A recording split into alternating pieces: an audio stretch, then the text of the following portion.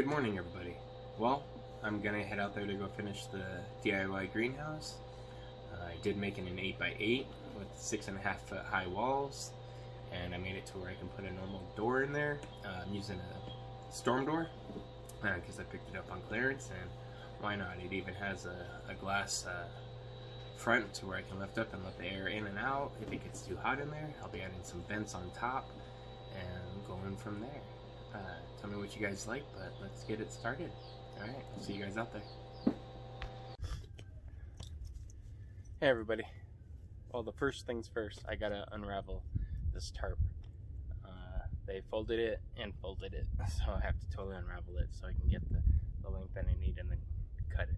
Alright?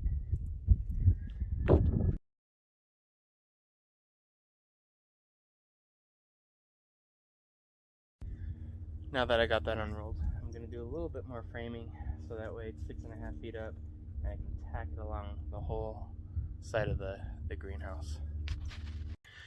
Alrighty, well, I put the baristas going across so I can tack on the fabric, and I'll probably put some more later on for the middle supports now that I'm looking at it.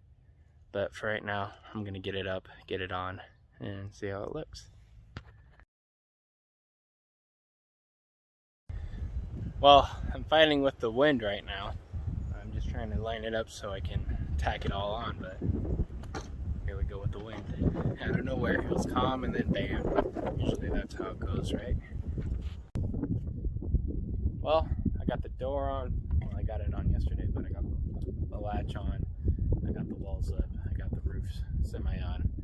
The wind was my enemy today, but I should have the rest done tomorrow for sure, so part 3, and I'll be able to start putting my plants in here that I have in the house and start seeding when I need to get seeded, so I can get started when I get back and everything else. But yeah, hope you guys like it. Follow for part 3.